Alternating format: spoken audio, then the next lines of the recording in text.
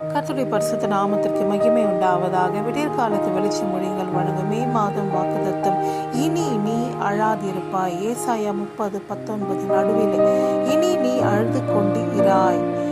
உன் கூப்பிடுதலின் சத்தத்துக்கு அவர் உருக்கமாய் இறங்கி அதை கேட்டவுடனே உனக்கு மறு உத்தரவு அருளுவார். தேவனுடைய பிள்ளை ஆகாரை போல அன்றாட தேவைகள் சந்திக்கப்படவில்லையே, குடும்பத்தை எப்படி நடத்துவது என்று அழுகிறாயா? அன்னாலை போல குழந்தை பாக்கியம் இல்லையே, எல்லாரும் அவமானப்படுத்துகிறார்கள் என்று அழுது கொண்டிருக்கிறாயா?